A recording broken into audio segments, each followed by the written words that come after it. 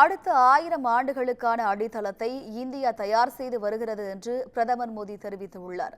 பிரதமர் மோடி குஜராத் மாநிலம் காந்தி நகரில் 4வது உலகளாவிய புதுப்பிக்கத்தக்க எரிசக்தி முதலீட்டாளர்கள் சந்திப்பு மற்றும் கண்காட்சியை தொடங்கி வைத்தார். அப்போது பேசிய பிரதமர் மோடி, மத்திய அரசின் 3வது ஆட்சி காலத்தின் முதல் 100 நாட்களில் நாட்டின் முன்னேற்றத்திற்காக அனைத்து துறைகளுக்கும் தீர்வு காண முயற்சித்துள்ளோம் என்றும் 140 கோடி இந்தியர்கள் நாட்டை உலகின் 3வது பெரிய பொருளாதாரமாக மாற்ற உறுதியளித்துள்ளதாக கூறினார். சோலார், காற்றாலை, அணுசக்தி மற்றும் ஹைட்ரோ பவர் ஆகியவற்றில் கவனம் செலுத்த முடிவு செய்துள்ளதாக கூறிய பிரதமர், இதன் மூலம் நிலையான எரிசக்தி வளம் உருவாக்கப்படும் என்றார்.